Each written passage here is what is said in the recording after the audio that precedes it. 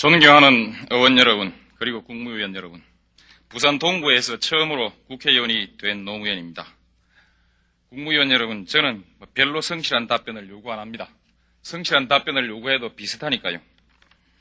제가 생각하는 이상적인 사회는 더불어 사는 사람 모두가 좀 먹는 것, 입는 것 이런 걱정 좀 안 하고 더럽고 안 입고 온 꼬라지 좀 안 보고 그래서 하루하루가 좀 신명나게 이어지는 그런 세상이라고 생각을 합니다. 만일 이런 세상이 좀 지나친 욕심이라면은 적어도 살기가 힘이 들어서 아니면 분하고 서러워서 스스로 목숨을 끊는 그런 일은 좀 없는 세상 이런 것이라고 생각합니다. 안녕하십니까. 교육학 박사 이종태의 교육 이야기 사람 사는 세상 제 두 번째 방송을 시작하겠습니다. 예, 지난번에 이제 첫 번째 방송 하시면서 마지막에 하시고 싶은 얘기가 너무 많으셔서 또 이제 그 노무현 대통령과의 그 인연 이야기를 이어가시려고 그래서 제가 일단 끊었어요. 사람들이 이렇게 지루하면 못 참거든요. 예. 그래서 끊어서 죄송하고요. 어쨌든 노무현 대통령과의 개인적인 인연 그리고 노무현 대통령 시절에 참여정부에서 일을 하셨죠. 예. 네, 그거 말씀을 한번 들어보도록 하겠습니다. 예. 그 노 대통령과 이렇게 간단한 조우는 그 전에도 몇 번 있었는데, 네. 이제 처음 제대로 대면하게 된 게 이제 2002년 노무현 이제 당시 새천년민주당 대통령 후보가 되신 이후에, 네. 그때 제가 처음 뵀는데 사실은 그 직전에 네. 제가 2002년도에 그때 안양시장에 이제 정식 후보로 출마를 했었어요. 새천년 민주당 후보로. 예. 근데 뭐 선거에 나갔지만 당시에 이제 교육개발원 연구원이었다가 어느 날 갑자기 연구실에 있다 나가서 막 이렇게 선거운동을 하니까 당선될 가능성이 뭐 별로 없죠. 그래서 집권당이었는데 그때. 그래도. 네. 근데 집권당이 그때 참패했거든요. 전체 지방선거에서. 지방선거에서. 뭐 그때 여러 가지 이유가 있었습니다만 여하튼 그래서 떨어지고 그 유세 때도 노 대통령이 지원 유세로 오셨었죠. 네, 그때도 이제 후보로서. 인사도 드렸지만 뭐 그때는 네. 뭐 그랬고. 예. 근데 그 이후에 이제 본격적인 대선 캠프를 만드는 과정에서 각 분야별로 이제 이렇게 사람들을 모으는데 네. 교육 분야에 때 마땅한 분이 없었던 것 같아요. 네. 그래서 제가 이제 어떻게 차출이 돼가지고 네. 교육 분야가 캠프에서. 예. 그래서 이제 그 캠프가 이제 모이는데 네. 좀 돌아가면서 한 마디씩 하라는 거예요. 근데 저는 도대체 가서 뭐 그때 뭐 정치라는 게 아무것도 모를 때니까 뭐가 한 마디 해야 되는데 무슨 말 안 하고 이제 혼자 궁리하다가 네. 그때 노무현 후보님한테 뭐라고 얘기했냐면 교육 문제는 하도 복잡해서 한두 마디로 말씀을 드릴 게 없고 제가 부탁 딱 한 가지만 드리겠습니다. 네. 만약 후보님께서 대통령에 당선되시면 네. 저는 교육부 장관만큼은 나와 함께 임기를 가겠다는 약속을 하셨으면 좋겠습니다. 나 본인을 염두에 두고 그렇게 하신 것 같아요. 아니요. 그때 뭐 제가 장관이 될 만한 뭐 경륜 이런 건 없었습니다. 그래요? 아니 무슨 뭐 연구원이 무슨 장관이 되겠습니까? 예. 그런데 그때 노 후보께서 뭐라고 말씀하셨냐면 내가 국회에 들어가서 교육위원을 2년을 했다. 그랬는데 잘 모르겠다. 네. 근데 그 제가 드린 말씀에 대해서는 약간 여운을 두면서 염두에 두신 것 같은데 실제로 그 유세 과정에서 그 얘기를 몇 번 하셨다는 얘기를 제가 들었어요. 모든 유세를 다 따라다니지 못한 걸 테고. 그러니까 저희는 정책팀이니까 유세는 안 따라다니죠. 예. 이제 그게 이제 인연이 돼가지고 그 다음에 제가 이제 그 참여정부 그 교육정책과 연관돼서 뭐 그 기여도 아니고 한 게 뭐냐면 이제 마지막 정책을 발표하는데 정책 공약서를 만드는데 마지막 날 발표하기 전날 제가 이제 두툼한 교육 공약집을 놓고 그때 그걸 실무적으로 했던 분하고 앉아가지고 쫙 점검을 하면서 한 반 정도는 쳐냈습니다. 네. 이제 그걸 이렇게 정리하면서 마지막에 어떤 문제가 공란으로 돼 있었냐면 대통령이 되면 뭐를 만들겠다는데 뭐를 이제 가로 속에 들어있는 거예요. 네네. 김영삼 대통령 때는 교육개혁위원회, 김대중 대통령 때는 세교육공동체위원회였잖아요. 그럼 노무현 대통령 때는 뭘 할 거냐. 그때 그냥 제가 개혁 썼고 이것도 아니고 저것도 아니고 그러면 교육혁신위원회라고 하자. 그래서 제가 썼죠.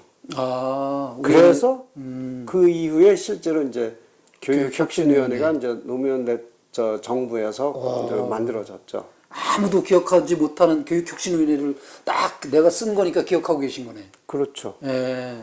그래도 교육혁신위원회 기억하는 사람도 있을 텐데요. 그래요? 교육혁신위원회가 뭘 했길래? 바로 그 점이 문제인데. 그러면 진짜 혁신을 해야 되잖아요. 네, 그때 저희들이 그 한국교육연구소라는 틀을 가지고 굉장히 이렇게 주목했던 것들이 이젠 정말 교육을 혁신해야 된다. 네. 그래서 그런 뭐 제약 단체에서 많은 토론회도 하고 그래서 이제 그런 여파로서 혁신이라는 말로 썼던 건데 네. 이제 혁신위원회를 구성해야 되잖아요. 네. 그래서 이제 제가 또 차출됐어요. 그래서 그 실무 작업을 한 2달 반 정도 몇 분하고 같이 만들었어요. 혁신위원회는 이런 식으로 만들어야 됩니다 해가지고 목적, 무슨 뭐 조직 방식, 후보위원까지 다 만들어서 청와대에 딱 갖다 드렸는데 제 뜻대로 전혀 안 됐습니다. 그때 이제 위원장 임명이 그때 뭐 다 알만한 분들은 아시겠지만 하여튼 위원회 구성이 전혀 제가 생각한 거 다른 방식으로 되면서 그때 제가 그랬죠. 청와대에 계신 정책팀에다가 지금 이런 식으로 하면 참여정부 전반기의 교육개혁은 아마 전혀 진행이 안 될 겁니다. 근데 실제로 그렇게 됐어요. 왜냐하면 혁신위원회 팀하고 청와대 정책팀하고 전혀 이게 안 맞았거든요. 그때 여러 가지 얘기가 있었습니다. 그래서 결국은 이제 삐걱대다가 전반기 2년이 그냥 가버렸죠. 그래서 참여정부의 교육 개혁이 상당히 좀 어려움에 처했던 거고요. 물론 그 인수위 시절의 문제도 있었는데 지금 뭐 그거 다 얘기하기는 좀 그렇고. 그래서 다시 이제 2기를 새롭게 구성해야 되는데 어떻게 되느냐. 또 그 실무 작업이 또 저한테 왔었어요. 그때는 청와대 들어가신 것도 아니고 그냥 밖에 그냥 빙빙 떠다니는. 혁신위원회도 아니고. 아니고. 그런데 또 부르셨어요?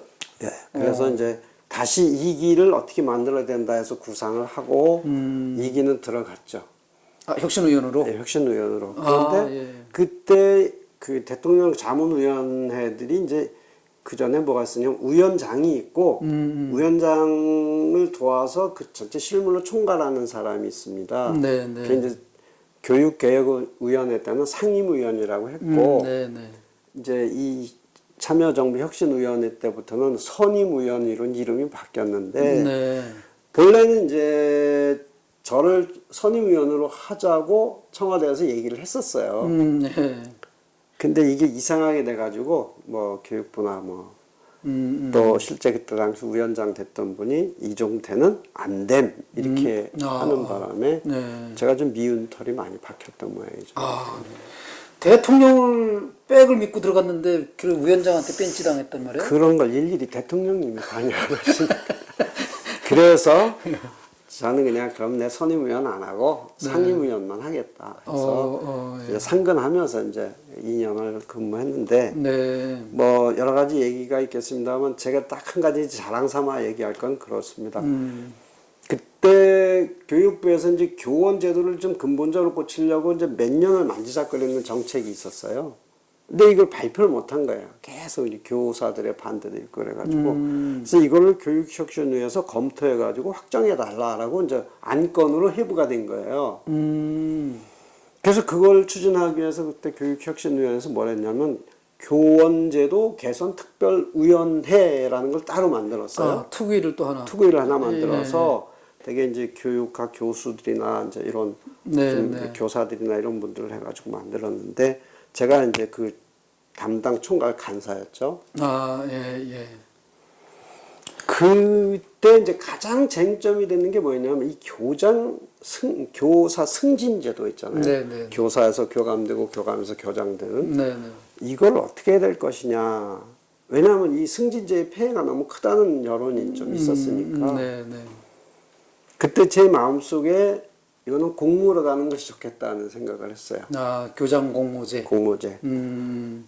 그런데 이게 전교조에서는 선출 보직제가 그 정책이었고, 네, 네. 그 다음에 이제 이 교총에서는 그냥 현행 현행대로. 유지였는데, 그래서 양쪽에 저 대표격은 아니지만 이제 한 분씩 불렀었거든요. 네, 네. 요 두 분하고 얘기를 하면서 어떻게 이걸 좀 연결할 수 있는 고리가 없을까. 네, 네. 그래서 그걸 제가 이제 공모제로 해가지고 어찌어찌 해서 이제 1박 2일 워크숍 가가지고 거기서 간 분들께 합의를 했어요. 아. 합의서를 그리고선 합의서를 쓰고 그 워크숍에 참여한 사람들 전부 다 서명했어요. 예, 예. 왜냐면 이게 뒤집히면 안 되니까. 네, 네, 네.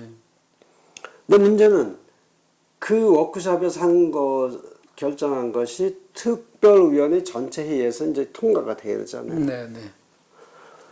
그래서 이제 특별위원회 통과를 위해서 제가 위원님들한테 하나하나 다 전화를 했습니다. 제 선배 교수님들이 많았거든요. 아, 예, 예. 그래서 저는 통과될 걸로 확신했는데 막상 보니까 부결이 됐어요. 어. 그래서 저는 교육학 하신 분들에 대해서 좀 네. 유감이 많습니다. 저도 교육학을 했지만. 예, 예. 그래서 이제 무산되나 해서 그래서 이제 그 사건으로 특별위원회를 바로 해체시켜 버렸죠. 왜 그게 목적인데 거기서 부결했으면 또 더 이상 할 일이 없잖아요. 예, 예.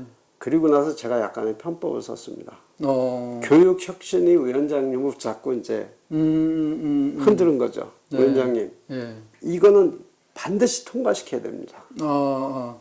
특위에서는 안 됐지만 혁신위에서 통과되도록. 네, 본 혁신위원회에서 이제 통과. 근데 그대로 가져갈 수는 없죠. 왜냐하면 일사부재의 원칙 또 이런 것도 있으니까. 그래서 약간 이제 약간 조금 변형해서. 드러내고 네, 네. 변형해가지고. 근데 사실 이게 편법이잖아요. 그렇죠. 근데 하여튼 거기서 통과를 시켰어요. 예, 예, 예. 그래서 그 교장 공모제라는 게 아. 거기서 살아난 거죠. 그래서 지금 교장 공모제는 지금 아주 활발하게 잘 운영이 되고 있죠. 제가 그때 생각했던 거는 이제 교장 공모제를 점점 늘리고 승진제를 점점 줄여서 네, 네. 전체적으로 교장 공모제가 일반화가 되도록 했으면 좋겠다는 뜻으로 했는데 예, 예.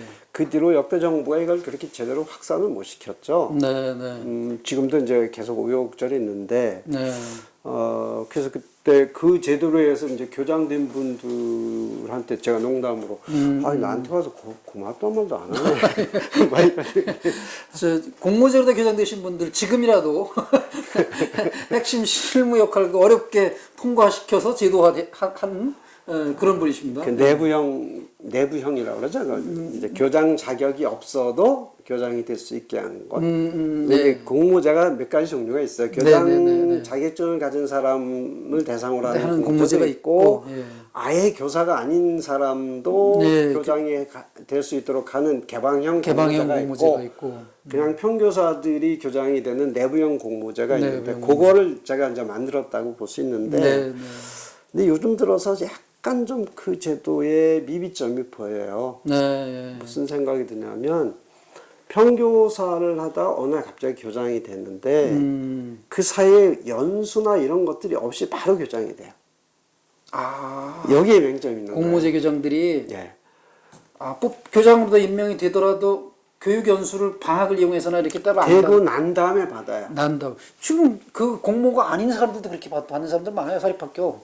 그쵸. 네. 그 사립학교 이제 옛날부터 그 안에서 이제 교장을 뽑아야 되니까. 네. 그런데 제 아쉬움은 뭐냐면 평교사가 보는 이 학교 운영에 대한 시야와 교장으로서 봐야 되는 시야가 좀 상당히 다르거든요. 네. 그래서 이걸 사전에 준비 없이 바로 교장이 된다는 거는 꽤 무리가 따를 수 있다. 또 실제로 저는 그런 사례들도 보고 그래서 네. 조금 이제는 좀 몇 분들한테는 이제 계속 정책적으로 그런 얘기를 하는데 최소한 6개월 내지 1년 전에는 임명을 하고 교장으로 취임하기 전에 충분히 그런 교장으로서의 수업을 좀 받을 수 있도록 제도가 보완됐으면 좋겠다. 그런 네. 생각을 하고 있죠. 그러나 이제 뭐 인수위 과정 없이 대통령으로 바로 취임한 그 문재인 대통령처럼 그냥 인수위 뭐 이렇게 연수 뭐 이런 과정 없이 그냥 바로 교장이 됐을 때는 문제가 사실 있을 수 있어요. 예. 문재인 대통령은 뭐 비서실장을 오래 했기 때문에 뭐 그걸 바로 할 수 있었다고 하지만 그게 힘든 거거든요, 사실 그. 그렇죠. 문 대통령님도 네. 사실은 이제 그 참모들하고 네. 여러 가지 정책 구상과 검토를 해서 네. 사람들 이 팀도 제대로 짜고 했으면 네. 좀 더 수월했지 않았을까 그런 생각도 들죠. 예. 그리고 이제 노무현 대통령님하고 그러면 다시 또 돌아가서 노무현 대통령하고 그 참여정부에서 일하신 거는 교육혁신위원회에 네, 2기 혁신위원으로 들어가셔서 예. 그 공모제 교장을 하게 그 통과시킨 제도상으로 만들게 된 그런 역할을 하셨고 이제도 OBC 그 시청자 여러분들께 노무현 대통령하고 나하고는 이런 사이야 이렇게 딱 할 만한 뭐 에피소드 하나 이렇게 해주시면 저 사람 대단한 사람이었네 뭐 이렇게 별로 대단한 건 없고요. 아 그래요? 그럼 뭐 그래도 저는 이제 일단 청와대가 구성이 돼서 이제 국정 운영이 시작되면 네. 거기에 가까이 가지 않은 사람들을 만나기가 매우 어렵습니다. 네. 소통도 어렵고요. 네. 근데 제가 이제 혁신위원회 위원이 돼가지고 딱 가서 청와대 행사를 하잖아요. 네. 행사장에서 이제 식사장으로 옮기는데 어떻게 우연히 이제 노 대통령님하고 같이 걷게 됐어요. 그랬더니 네. 딱 기억하시더니 요즘 그래도 잘 지내시죠? 어디 가셨다고 들었는데요. 이렇게 말씀을. 근데 그게 카메라로 딱 비춰가지고 연합뉴스 그 딱 화면을 잡혀서 마치 제가 노 대통령하고 핵심 굉장한 그런 것처럼 그 사진이 나왔더라고요. 그 사진 하나 제공해 주시면 여기다 써먹을 수 있도록. 예, 있습니다. 그래서 그런 기억이 있고 네. 그 이제 제가 조금 이제 그 뭐 덕을 봤다고 그럴까요? 뭐 그런 거는 네. 이후에 제가 이제 그 정부 출연 연구 기관 중에 하나인 한국 청소년 정책 연구원이 있습니다. 한국 청소년 정책연구원. 예, 교육개발원과 같은 여러 이제 출연 네. 기관 중에 하나인데 네. 거기에 이제 원장 공모 때 가서 이제 제가 원장이 됐죠. 뭐 의전상으로는 흔히 차관급이라고 하니까 차관급. 저도 상당히 목에 힘을 줄 수 있었는데 네. 근데 그게 말년에 돼가지고요. 힘은 없는 아니 그게 이제 임기가 이제 짧은. 아니 임기는 이제 보장이 돼야 되는데 대통령이 바뀌었잖아요. 바뀌어서 이제 그 유명한 이 무슨 MB. 박 MB. 예, 이분이 대통령이 됐는데 네. 많은 분들이 우려를 했어요. 야, 또 MB가 대통령이 되면 이제 잘릴 텐데 어떡하냐. 에이, 설마 이거는 법적 제도적으로 다 임기가 보장된 공모직인데 어떻게 청와대에서 잘라? 그건 그럴 일 없을 거야. 그랬는데 취임한 지 한 달 조금 넘었는데 전화가 왔어요. 그것도 국무조정실 차장이라는 자가 원장님 저 사표를 좀 내주셔야 되겠습니다. 예? 왜요? 뭐 이게 좀 뭐 얼버무리더라고요. 글쎄 좀 생각해 봅시다. 근데 그 다음 날 이제 사표를 냈다는 그러니까 소문이 쫙 퍼지잖아요. 근데 그때 직원들하고 그 연구 계획 그 설립을 해서 이제 워크숍을 갔어요. 강원도로. 근데 그 기자가 전화를 했더라고요. 와, 우리가 듣기로는 저 사표 적용을 받으신 걸로 아는데 맞습니까? 네, 맞습니다. 어떻게 하실 겁니까? 글쎄요, 난 사표 내야 될 이유가 없을 것 같습니다. 이랬죠. 그때 19분인가 사표 종용을 받았는데 좀 하여튼 좀 대부분 다 내셨어요. 저만 안 내고 그래서 2달 동안 열심히 싸웠죠. 2달 동안. 그랬더니 뭐 온갖 언론에서 뭐 그때 당시 제 기사를 찾아보면 온갖 기사들이 다 나와 있습니다.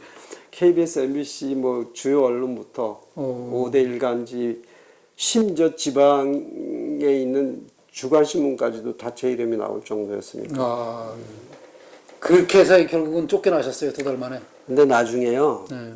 이 사람들이 어떤 식으로 압박을 하냐면 감사원을 동원해가지고 특별감사를 하는데 그 다음부터는 직원들이 제 얼굴을 안 봐요. 그렇죠. 저 사람 조만간 쫓겨날 사람인데 저 사람하고 친하게 지냈다고 같아. 그리고 지금 이제 기관이 문을 닫을지도 모른다 계속 엄포를 놨거든요. 국무조정실에서. 뭐 밥줄이 떨어질 텐데 그렇지. 원장 하나 원장만 그만두면 되는데 그렇지. 왜 원장이 그만두지 않아가지고 이런 얘기죠 이제. 그렇죠. 근데 처음부터 약속을 했어요. 여러분들이 신변이 위태로울 것 같으면 네. 내가 사표를 낼 거다. 걱정하지 마라. 그래서 약속대로 그냥 사표를 내고 나왔죠. 네. 그러면 노무현 대통령과의 인연은 그 연합뉴스에 실린 큼직한 사진 한 장. 그 에피소드 그거 하나로밖에 없는 것으로. 그렇습니다. 예. 이후에 퇴임하신데 이제 봉화 가서 봉화에 가서 같이 밥도 먹고 사진도 찍고 그래서 이제 그 뒤로 정말 거기서 평화롭게 사시는 모습 보고 참 좋았거든요. 네. 가끔 놀러 가야 되겠다 했는데 그럼 또 비극을 맞이했죠. 그랬어요. 예. 자, 그러면 이제 우리 이 편은 오늘 여기 정도에서 마무리하는 것으로 하겠습니다. 그 이종태 박사님이 참여정부에서 교육혁신위원회에 참여하셨던 인연, 그리고 청와대에서 노무현 대통령과 걸어가는 큼직한 사진이 찍혔던 자랑스러운 그 한 가지 덧붙이자면 그때 이제 선거 그러니까 당선되시고 나서 이제 언론에서 노무현 사람들 해가지고 분야별로 쭉 나오잖아요. 아, 예. 교육 분야는 사실상 제 이름밖에 없었어요. 그래요? 근데 왜 교육부 장관, 교육부 총리 이런 걸 못 하시고 그래? 이게 제가 좀 관운은 없으셨어요? 관운이 없을 뿐만 아니라 제가 부족해서 그런데 발탁되기에는 좀 그랬던 것 같습니다. 하여간 그래도 대통령이 기억하시고 유세 때 말씀하신 거를 내가 임기 중에는 교육부 장관을 끝까지 가리라는 유세를 막 하실 정도가 됐으면 발탁했을 수도 있을 텐데. 그 선거 과정에서는 또 제가 뭐 일부 연설문도 써이고 뭐 그런 여러 가지 역할을 했었죠. 강원국 비서관의 말에 따르면 써줘봐야 그대로 안 한다고 그러시는데. 근데 이제 그 따로 빼서 저한테 맡겼던 그 비서관 중 하나가 이제 제 글이 제일 이렇게 편안하게 읽힌다고 그렇게 해서 맨날 저녁 5-6시쯤에 메시지가 오면 밤 새벽 2-3시까지 써서 보내고 이 짓을 선거운동 기간에 꽤 여러 번 했어. 예, 수고하셨습니다.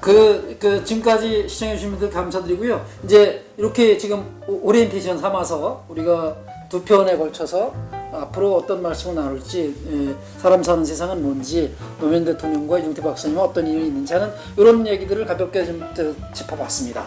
다음부터는 조금은 이제 주제별로 한번 들어가도록 하겠습니다. 관심 가지고 지켜봐 주십시오. 지금까지 시청해주신 분 여러분들께 감사드립니다.